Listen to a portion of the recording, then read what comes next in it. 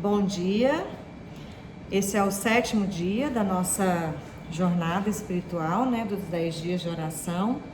E o tema para esta manhã é o investimento seguro para a família.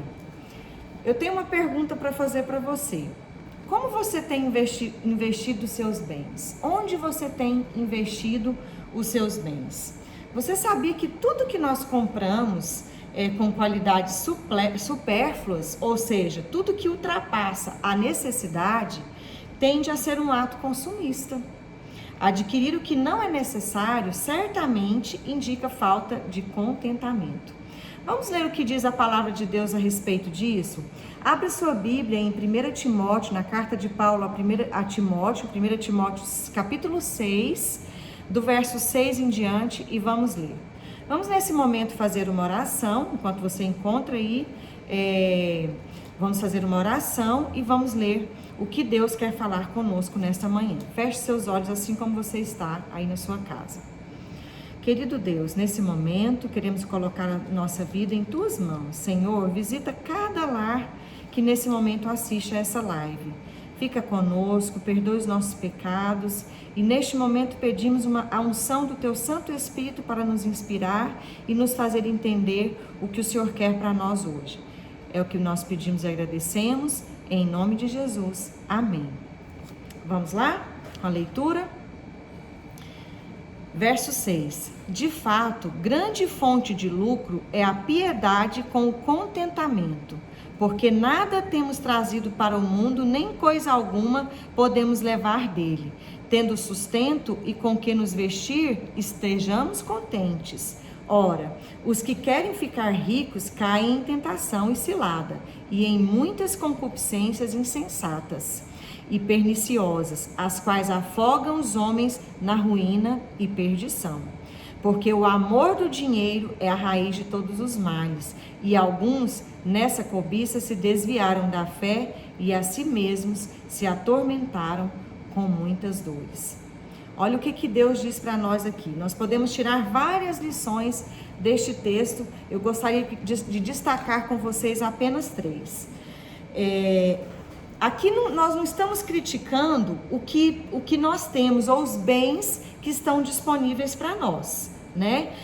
Nosso foco aqui é o sentimento que nós damos a determinadas coisas, é o sentimento que nós damos. Qual a prioridade que nós temos dado aos nossos bens, ao que nós temos, ao que Deus nos permite comprar e adquirir? Por exemplo, você já parou para pensar que se você tem uma roupa dentro do seu guarda-roupa e já tem 6 meses que você não usa ela, não veste essa roupa, será que essa roupa realmente é necessária? Eu tenho uma regra comigo, que se eu não usar uma roupa dentro de 6 meses, claro que aí não podemos incluir as roupas de inverno, que você só usa em determinadas épocas sazonais, né? Eu estou falando da roupa do dia a dia. Se você não utiliza uma roupa durante 6 meses, pode doar para alguém que esteja precisando, porque com certeza essa roupa vai ser mais útil para alguém que vai usá-la mais vezes do que você está demorando 6 meses para utilizá-la. Entende o que é? Entende o que é às vezes o meu consumo em coisas que são supérfluas? Sabe? A questão é, se eu não for feliz com o que eu tenho, como enorme risco de fazer loucuras que me podem levar à perdição. Por exemplo, mulheres gostam de sapato, de roupa, mulheres gostam de consumir, gostam de ter roupas, isso aí é um defeito que eu tenho. Homens também gostam de algumas coisas, carro bom, celular bom, moto e alguns outros artigos de luxo. Mas será que isso realmente é importante e necessário? Eu não estou aqui condenando quem tem, né? Quem tem coisas boas, carros bons, moto, celular, roupas boas. Claro que Deus também quer que o seu povo seja próspero, tenha as coisas. O importante é que nós não podemos depositar um sentimento por aquilo que nós temos. É que nós não podemos deixar de fazer coisas que são importantes para adquirir aquilo que nós temos. Vamos aí à primeira lição que nós tiramos do texto que o apóstolo Paulo disse para Timóteo. Bom, tudo na vida tem o seu valor, mas nada deve ser superior ao que é eterno. Será que nós estamos depositando mais tempo e mais dinheiro às coisas terrenas do que ao céu? Não existe transação comercial neste planeta que supere o benefício da eternidade. Para o apóstolo, o lucro está na piedade e no contentamento, mantendo o foco não no lugar em que estamos ou nas coisas que possuímos, mas em aonde vamos. É importante descobrir qual é o tesouro mais precioso para você e sua família, pois ao encontrar esse bem, você saberá o endereço do seu coração. Lembra lá de Mateus 6:21? Abre a sua Bíblia em Mateus 6:21 e vamos ler o que está escrito. Eu gosto muito dessa passagem para mostrar para a gente onde está o nosso coração. Mateus 6, no versículo 21. Porque onde está o seu tesouro, aí estará também o seu coração. Será que o nosso coração não está apenas nas coisas materiais deste mundo? Quando eu recebi essa mensagem do pastor Luiz, eu fiquei meditando nela e pensando, isso é para mim. Isso é para mim, porque eu gosto de comprar roupas, sapatos, eu gosto de ter carro bom, eu gosto de uma casa melhor, que tenha algumas coisas que não são talvez tão necessárias. E realmente essa lição foi para mim, primeiro para mim, e agora eu passo para você também, meu amigo e meu querido irmão. Será que realmente o meu tesouro está no meu coração, e o que está no meu coração é o céu, é a eternidade, é realmente a vontade que eu tenho de estar com o meu Jesus? Ou será que o meu tesouro, que o tesouro que está no meu coração são as minhas coisas materiais? Quanto tempo você dedica trabalhando para adquirir coisas materiais e quanto é que você dedica ao Senhor, às coisas de Deus, de acordo com o que Deus diz na tua palavra? Sabe o que Ellen White diz no livro Lar Adventista, página 367? Vou ler aqui para você. Nossas bênçãos temporais são-nos dadas em confiança a fim de se provar se nos podem ser confiadas as riquezas eternas. Tá vendo o que Deus está dizendo para nós aqui através da profetisa? Nossas bênçãos aqui na terra são-nos confiadas para que sejamos provados se as riquezas eternas também podem ser depositadas a nós. Se somos achados fiéis a Deus, então receberemos aquela adquirida possessão que deve ser nossa própria: glória, honra e imortalidade.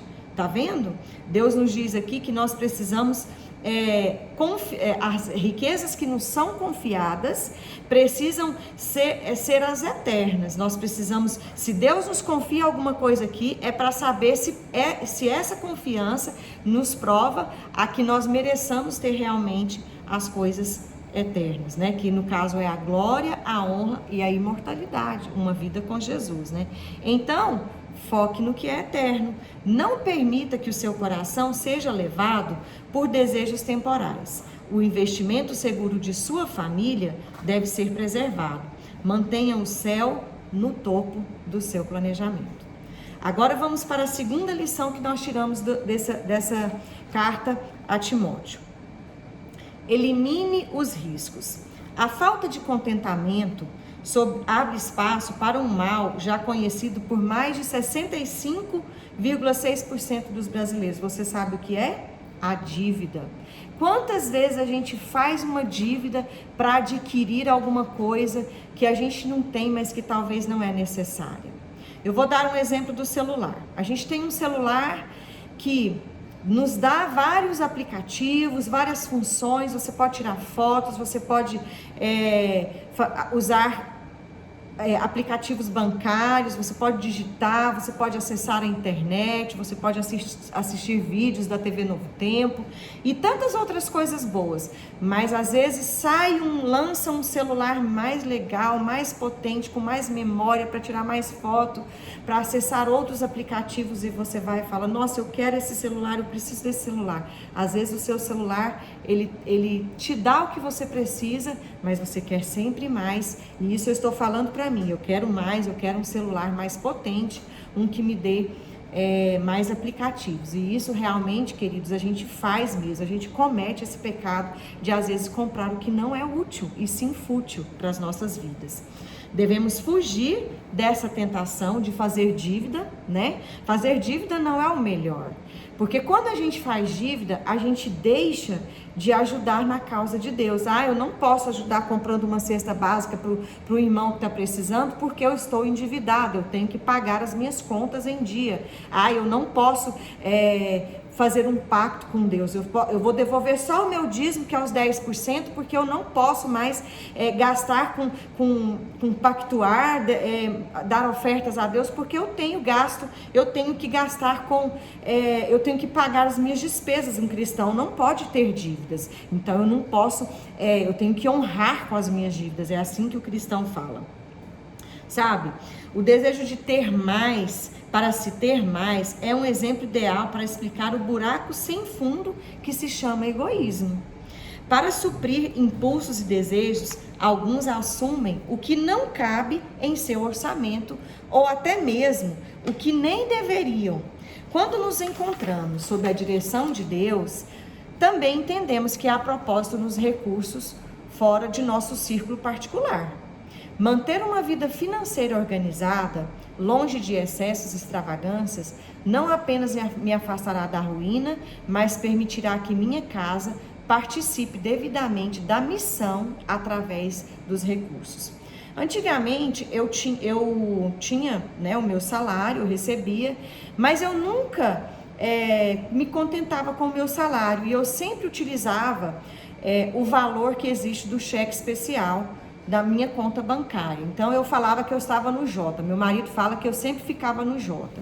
E um dia eu tomei a decisão de não fazer mais isso. Eu falei, não, eu vou gastar, eu vou me contentar com o que eu tenho, eu vou pagar as minhas despesas, as minhas dívidas, e vou aprender a também guardar. Eu sou economista, né, de formação, então a gente aprende muitas coisas no curso de economia, até mesmo